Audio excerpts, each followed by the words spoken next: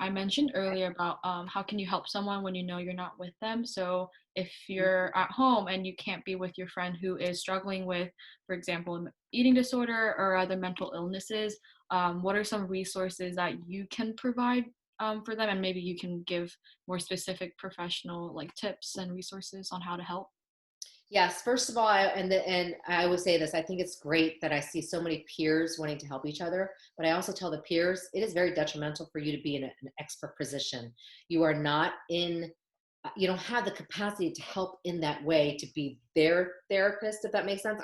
I'm getting that out there because I've heard, and I with the clients I work with, sometimes they're like, "Yeah, when I help with advice," I'm like, "Wait, why are you giving advice?" Like you can give friend to friend advice, going, "Oh, I wouldn't wear that outfit," or that typical thing, but to actually be talking about mental health, it puts so much strain on the actual person trying to help. And then you end up becoming depressed, anxious, right?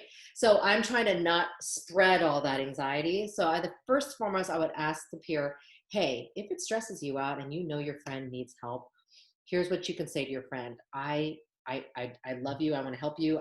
Gosh, I'll do anything. You can always text me and stuff, but I'm not a therapist. I might say the wrong thing.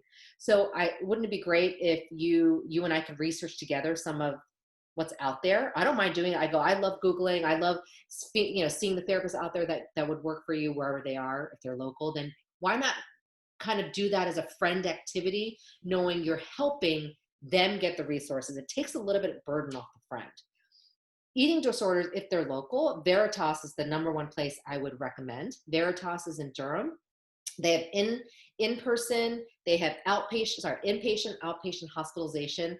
They're probably the number one expert in eating disorders across the board. And there's expert therapists specifically who can handle eating disorders. As many of us are trained on that, there's specific limits to us because they have the expertise. They work with eating disorders 100% of the time. Outside of our state, be that friend to be like, hey, you want to get together and have, even in person, we'll both bring our laptops. If you're open to it, this is how I can help you. We could both Google resources, get on Facebook pages together. I'm here for you, but I don't want that peer friend to be the one being like, oh, I Googled some eating disorder tips. Here's what you need to do. You do that, you're not the expert, and they could be great tips, but so much pressure on you to be giving that advice when technically someone else could do that for you, right? So that would be my first thing. Have a shared activity.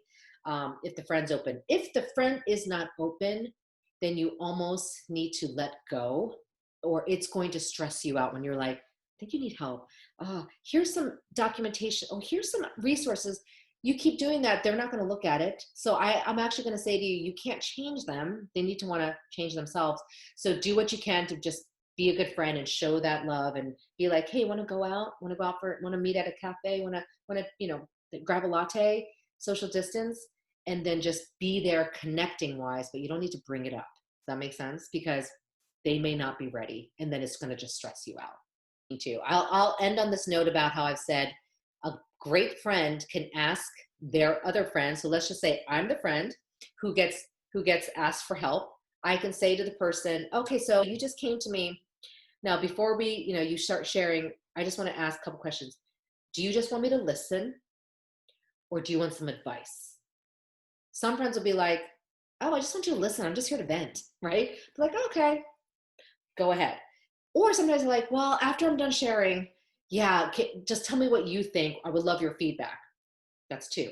The reason why I said simply ask is sometimes you may misinterpret what your friend wants. They may just be going to vent and then all of a sudden you gave 50 things and they're like, oh my God, that just stressed me out. I just wanted to vent about something.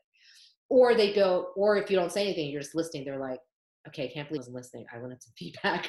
So I want to say there's misunderstandings between peers all the time. What's wrong with asking?